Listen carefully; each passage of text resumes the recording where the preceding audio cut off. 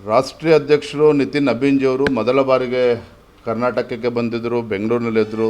2-3 ದಿನಗಳ ಕಾಲ ಸಂಘಟನಾತ್ಮಕವಾಗಿರ್ತಕ್ಕಂಥ ಸಭೆಗಳು ಕೂಡ ಆಯಿತು. ಶಾಸಕರು, ಸಂಸದರು ಎಲ್ಲರ ಜೊತೆಲೂ ಕೂಡ ಸಮಾಲೋಚನೆಯನ್ನು ಕೂಡ ಮಾಡಿದರು. ಮತ್ತು ಯುವಕರ ಜೊತೆ ಸಂವಾದನೂ ಕೂಡ ಮಾಡಿದ್ರು. ಒಟ್ಟಾರೆಯಾಗಿ ನನಗನ್ನಿಸಿದ್ದು, ನನ್ನನ್ನು ಸೇರಿ ರಾಜ್ಯದ ಅನೇಕ ನಮ್ಮ ಶಾಸಕರು, ಸಂಸದರಿಗೆ ಎಲ್ಲರೂ ಕೂಡ ಆಶ್ಚರ್ಯ ಆಯಿತು. ಅಂದರೆ